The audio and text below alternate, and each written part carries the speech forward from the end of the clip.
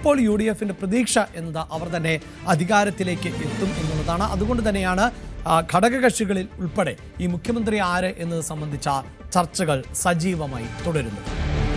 ഇനി നമ്മൾ നിയമസഭാ തെരഞ്ഞെടുപ്പുമായി ബന്ധപ്പെട്ട മറ്റൊരു റിപ്പോർട്ടിലേക്ക് പോകുമ്പോൾ, കഴിഞ്ഞ ലോക്സഭാ തെരഞ്ഞെടുപ്പ് കാലഘട്ടത്തിൽ വടകരയിൽ ഏറ്റവും കൂടുതൽ ചർച്ച ചെയ്യപ്പെട്ട ഒന്നായിരുന്നു കാഫിർ വിവാദം എന്നത്, കാഫിർ സ്ക്രീൻഷോട്ട് വിവാദം എന്നത്. ഇത്തവണ അത്തരത്തിൽ വലിയ തോതിൽ വിവാദങ്ങൾ സൃഷ്ടിച്ച ഒരു മണ്ഡലം എന്നത് പേരാമ്പ്രയായിരുന്നു. അവിടെ ഫാത്തിമ തഹ്ലിയ എന്ന മുസ്ലിം ലീഗിന്റെ സ്ഥാനാർത്ഥി മതം പറഞ്ഞ് വോട്ട് ചോദിച്ചു എന്നതായിരുന്നു ഇടതുപക്ഷത്തിന്റെ വലിയ വിമർശനം. എന്നാൽ അങ്ങനെ ഒരു വോട്ട് തേടൽ ഉണ്ടായിട്ടില്ല എന്നും അത് LDF തന്നെ സൃഷ്ടിച്ചെടുത്തതാണ് എന്നതുമായിരുന്നു ഫാത്തിമ തഹ്ലിയുടെയും അതോടൊപ്പം തന്നെ മുസ്ലിം ലീഗിന്റെയും പരാതി. അതിനുശേഷവും നമുക്കറിയാം, ഈ വോട്ടെടുപ്പ് പൂർത്തിയായതിനു ശേഷം വോട്ടിംഗ് മെഷീനുകൾ സൂക്ഷിക്കുന്ന സ്ട്രോങ് റൂമിനോട് ചേർന്നുള്ള സ്റ്റോർ റൂം തുറന്നതുമായി ബന്ധപ്പെട്ടും വലിയ വിവാദങ്ങൾ സൃഷ്ടിക്കപ്പെട്ട ഒരു പശ്ചാത്തലമുണ്ട്. എന്ത് തന്നെയാണെങ്കിലും പേരാമ്പ്രയിലെ ഫലം എന്ത് എന്നത് നമുക്ക് കാത്തിരുന്ന് കാണാം. പക്ഷേ അവിടെ നിയമസഭാ തെരഞ്ഞെടുപ്പിന് പിന്നാലെ തനിക്കെതിരെ രൂക്ഷമായ സൈബർ ആക്രമണങ്ങൾ നടക്കുന്നു എന്നാണ് അവിടുത്തെ UDF സ്ഥാനാർത്ഥിയായ ഫാത്തിമ തഹ്ലിയ പറയുന്നത്.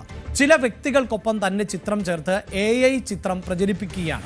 സ്ത്രീത്വത്തെ അപമാനിക്കുന്ന പ്രചാരണത്തിനെതിരെ പരാതി നൽകിയിട്ടുണ്ട് എന്ന് ഫാത്തിമ തഹ്ലിയ ന്യൂസ് 18നോട് പറഞ്ഞു.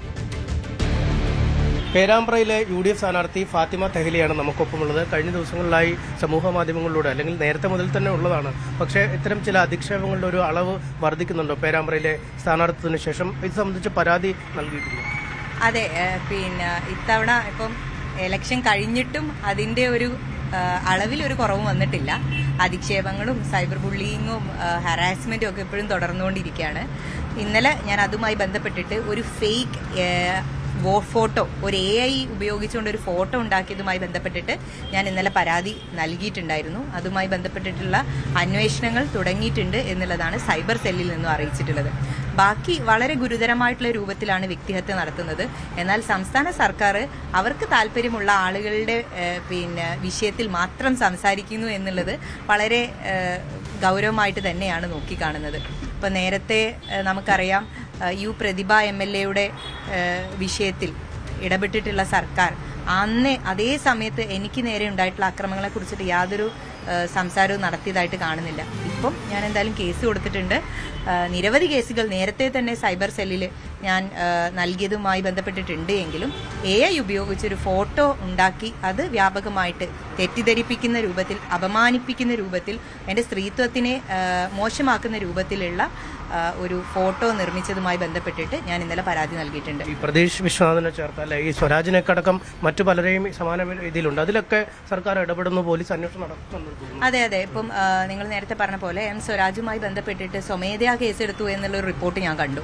എന്നാൽ ഞാൻ പരാതി നൽകിയിട്ടുണ്ട്, അന്വേഷിക്കട്ടെ.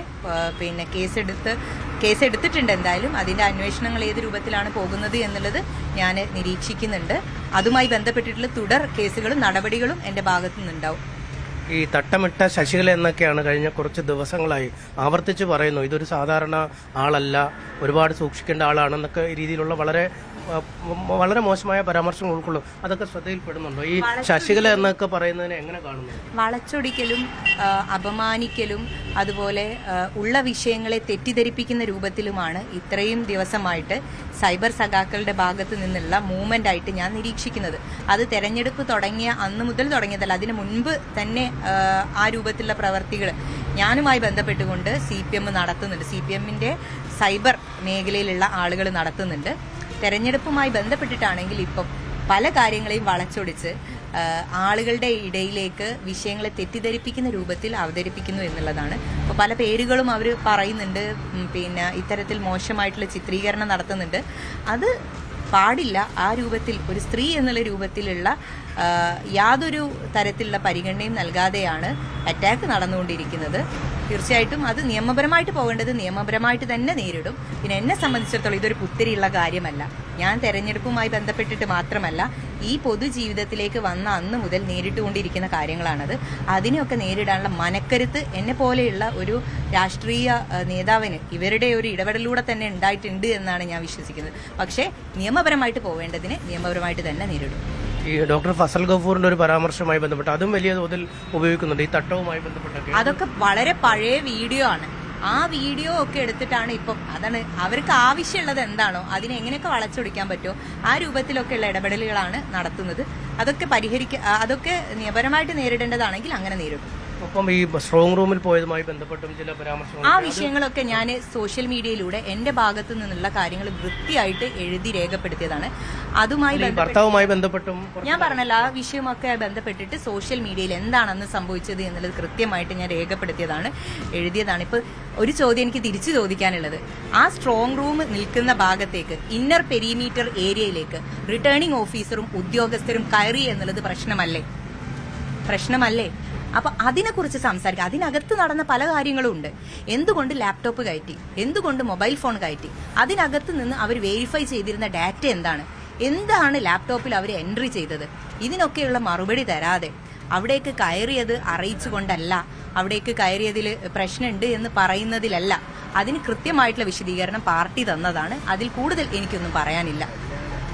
തീർച്ചയായും ഈ വിഷയങ്ങളിലൊക്കെ അവർ മറുപടി പറയുന്നു. ഒപ്പം ശക്തമായ സൈബർ ആക്രമണങ്ങളാണ് കഴിഞ്ഞ ദിവസങ്ങളിലായി നേരിടേണ്ടി വരുന്നത്. അതിനെതിരെ പോലീസിന് പരാതി നൽകിയിരിക്കുന്നു. പക്ഷേ ഇക്കാര്യത്തിൽ രണ്ട് നീതിയാണ് സർക്കാരിന്റെ ഭാഗത്തുനിന്നും ഉണ്ടാവുന്നതെന്നുമാണ് ഫാത്തിമ പറയുന്നത്. കൂടുതൽ വാർത്തകൾക്ക് news 18 Keralam YouTube channel subscribe ചെയ്യുക.